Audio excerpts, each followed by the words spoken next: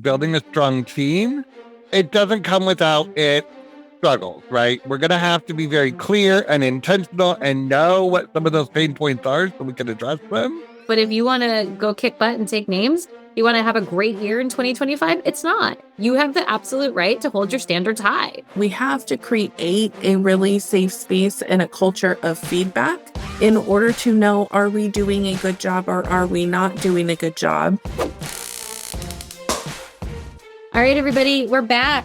Strategic Planning Launch Month commiserating. It's the last podcast where we talk about how to build your strategic plan before we switch topics. And this one is getting your insurance team a winning team. So passionate about this. You know, a lot of times we walk into agencies that are overstaffed, yet they still can't get shiznittle done. The team is resistant to like anything, like using things that might make their life easier. They have no solutions, no plans. It's literally just wah, wah, wah, wah, wah, wah, wah, wah, wah. And then the tells us it's hard to hire. I am very passionate about this entire topic. All right. Well, why don't you take what's the importance of having a winning team? Because they all get along and your stress level as a leader goes way down because they're not picking at each other constantly, finding tiny little things because everybody wants to be the favorite, or because it's not just chaos because we just allow everybody to do whatever they want because we don't want to upset one person because God forbid they leave and then we have to find somebody to replace them and there's nobody to take their place. And what am I going to do? So we allow chaos to ensue. I think this one's really important. Building a strong team, it doesn't come without its struggles, right? We're going to have to be very clear and intentional and know what some of those pain points are so we can address them. When it's set and it's working, you all of a sudden look back and you're like, whoa. Like, wait a minute, where's all the drama? It's like where's all the chaos? Marriage. And you're like, I didn't realize how bad it was until I was either gone or with the right person. Yeah. And then you're like, oh. Or like you're looking forward and it's suddenly a year later and the team is still there and they're thriving and doing great things and everybody's moving forward. And you're like, oh, okay, this is going forward. But you need a clear plan to do that. Well, I also want to encourage everybody, like, don't lower your standards, right? No. Like, keep your standards high. It's like we've come into this hiring crisis and everyone's like lessened. And I mean, by the way, it's like everywhere. I was at Marshall's or Home Goods this weekend. I was thinking about Stephen because I know you're a huge like Marshall's person. And I was like, I never go to these places. I'm not into the adventure shopping. Like, I'm like, what am I going to find? But I needed something that was very apparent was going to be there. And anyway, the woman that checked me out had the shortest spandex shorts on I've ever seen in my whole life. And I wouldn't say that this was work appropriate. Let's just put it that way. And then I got there and she was yawning. She's just like, it was like 11:30 on a Sunday morning. And she was just like, it's so early. I was like, it's like, I'm ready to go to bed in a couple hours. Like, what are you talking about? She was like the slowest bagger. Like I had to get candles and she was like slowly back. I'm like, I want to be like, girl, are you hungover? And is that what you wore to bed last night? Sometimes. Like, and by the way, I have been there, but I always put pants on. Okay. I always put a smile on. It's like, it was my penalty for being an idiot the night before you showed up. Right. So I think everybody's gotten like their standards lower. Like, oh, this is just the way it is. No, it's not. Like, if that's the kind of shop you want to run, then fine. Then it is the way it is. But if you want to go kick butt and take names, you want to have a great year in 2025, it's not. You have the absolute right to hold your standards high. And if you don't, then guess what? The wrong people can get donated to your competition and they can go lower their standards. How about that? So I think that the first step is you got to find what do you need. And some of our previous podcasts, Bobby talked a little bit about the values, you know, like, hey, we need people that show up on time. We need people that are friendly. We need people that don't fight with each other. How does that sound? Like, I always think people's values, when they create, the agency creates their values, it's like all the things they're pissed off about right now. And then they create like, a list and I'm like, you get after it. And then we can't be scared to train people. We cannot be scared to train people. If you can't find the right people, you got to go find the right people and train them on insurance. Insurance is something you can learn. Okay. We all learned it. The entire industry learned it. We just have to get out there, right? So, Bobby, like when it comes to, finding the best team, I also think you got to keep the right team members on there. So if your culture is toxic, dumb, and I think this is one of the hardest things that like I've had to navigate is you need better people, but the right people coming in here, we might scare them off because it's a freaking dungeon in here. Like I've seen more positivity in prisons. Yeah. So, how can people navigate that, right? Like, how do they start turning the team over, in a way? And I'm sure you've seen this too. Sometimes you get rid of one person and miraculously everybody's happy. And like you had one terrorist on your team that you were paying.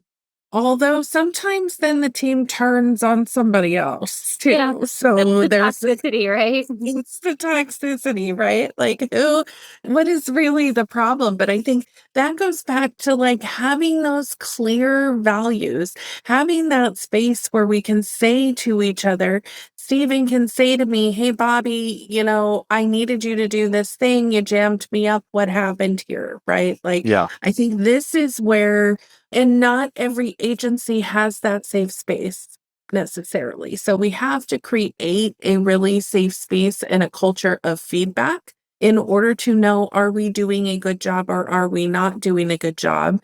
And are we loving and serving our clients the way that we're expecting our team to love and serve our clients? And when we're not, we need to bring that to the forefront so that we can change that environment and people know, because sometimes they just don't know. They don't see the things that other people see. So maybe they have a weird tick, or maybe they take too long on meetings because they can't shut up. So yeah, we gotta point those things out to people so that they understand. So building that strong team culture, making sure that we're all clear on what those values are and that we have those shared values, that we communicate them, and that we have ways to reinforce them with our team. And then we foster that environment of collaboration and communication, and we make it just known, I expect you to say the thing to me, not hold that resentment in and go talk about me behind my back with your other buddies while you guys are at lunch, right? Like, don't say we Good can leave happens at a those company things. happy hour. It's what I said I said that to a client the other day. He's like, yes, nothing good happens at a company happy hour. Absolutely, absolutely. Like, there should be no post-meeting meetings, right? Like, And we don't gotta say anything be you wouldn't say to somebody's face. absolutely, because it's gonna get back. It really will, right? And then, making sure that when we find those areas where people need improvement, that we provide that ongoing training, we provide that professional development. Again, this may be an area that they've never even been pointed out where they might be lacking a little bit of tools. And so we want to give them the tools that they need, and then it's up to that person really to adopt that. So making sure as leaders that we're checking all of the boxes, and then it's the individual. It's up to the individual to do the thing that we're asking them to do, and they will show us who they are. And they're either going to be a good team fit or they're not. And we need to learn that and make those decisions quickly. Absolutely. And then I think when you think about your team culture, like what do you want to exist in there? Hmm. I always think about like the military or like Navy SEAL Team 6, right? Like they have to trust each other. They have to be there for each other, like literally your lives in the hands. So if you can go out to a foreign country with somebody else's life in your hands, we can run an insurance agency. and, and we can get there. So along the same lines, I think one of the items, and this is why we're so interested in metrics over here at APP, is okay, how do we recognize and reward people? Because and everybody's love language is different. Everybody's style is different. At APP, we have everything from a wow bonus, which anybody in the team can give each other. Hmm. So they just pop it in and we never fight it. It's like, hey, somebody really wowed me today. We have good vibes, which just is like, it's a little like high five on our company platform that says, hey, love you. Because we're all remote, right? So you don't get to see some of that stuff. We have a team member of the quarter. That's another big one, that like the brand ambassador of the quarter and the brand ambassador of the year. And then everybody's got quarterly goals. So like there's lots and lots and lots of ways that you can get recognized. But we have to do it that way because we're not like, I'm not in Bobby's office be like, what you doing today? Did you have a good meeting? Like, I don't even know where Steven is sometimes. Like he's somewhere. I'm always somewhere. He's somewhere, but it's unclear where he may be. Or, we have a team in the Philippines, we have people in North Carolina, we got people, all over the place. So I think you also have to be good at recognizing, but all through all levels, from each other recognition to hitting goals to company to team. And most importantly to me, I think you got to create a positive work environment. Like there is zero room for somebody who wants to be an Eeyore here. Like you want to go be like, oh, woe is me. It's like, great. What are you going to do about it? Awesome. We have a problem. The milk's out. Like we got to just keep pushing forward. And if you have somebody there that's like, well, the market, the this, the that, like what a waste of breath and energy, that you have to kind of keep pushing through and say, hey, it's going to just be fine. We all are just going to wake up tomorrow morning. And like somebody told me the other day, you know what? It's just a job. Yeah. It's an important job and it's a big part of our identity. But when it becomes too much and you take it home and you do everything, like it's just your job. And no one ever guaranteed jobs were going to be stress-free. I've been stressed on vacation because things weren't going well, right? Or it's going to rain on the day we're going to go on a boat. Like there's no such thing as a world that we live in where it's just frictionless. Ooh. I think there is, but I think it requires medication. And then you're just a little zombie, or yeah, no, I think so. In a padded room.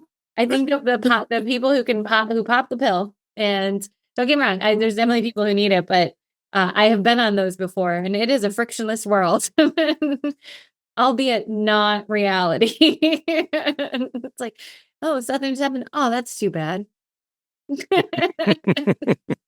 It's the cure for feistiness, let's put it that way. And then it's so nice over there, you don't want to come back into the real world. Like Happy Gilmore talks about their happy place. But it doesn't exactly work out in the long run. No. So I think, everybody's got to think about how do you really go through and create this team that's awesome. And it's up to the agency owner. And I'm telling you this, guys, I'm so sick of hearing agency owners also kind of go through the like, well, hard to hire. Like the excuses have to end in 2025. I'm over it. I don't want to hear about it anymore. Take some gambles, find some people. But if you've been saying the same thing for more than 365 days, the problem is you. Okay. If you're going out there, one of my best friends is looking for people right now. I'm like, you need to be on Indeed every day, reaching out to people saying, I'd love to interview you. You need to be going out there on LinkedIn. You need to be out and about everywhere you go. You need to say, do you know anybody who needs a job? I'm looking for people. You need to not limit yourself and put a bad job ad out. In fact, one of Bobby's clients, I helped with a job ad recently. And they were like, well, we had a high-end recruiter do it. I'm like, it was the most boring job ad I've ever seen in my whole life. You're not going to do this. And then they try to cheap out and they put like 3 jobs in one job posting. So no one can search like personal, commercial, and it's not coming up in their feeds. I'm like, stop.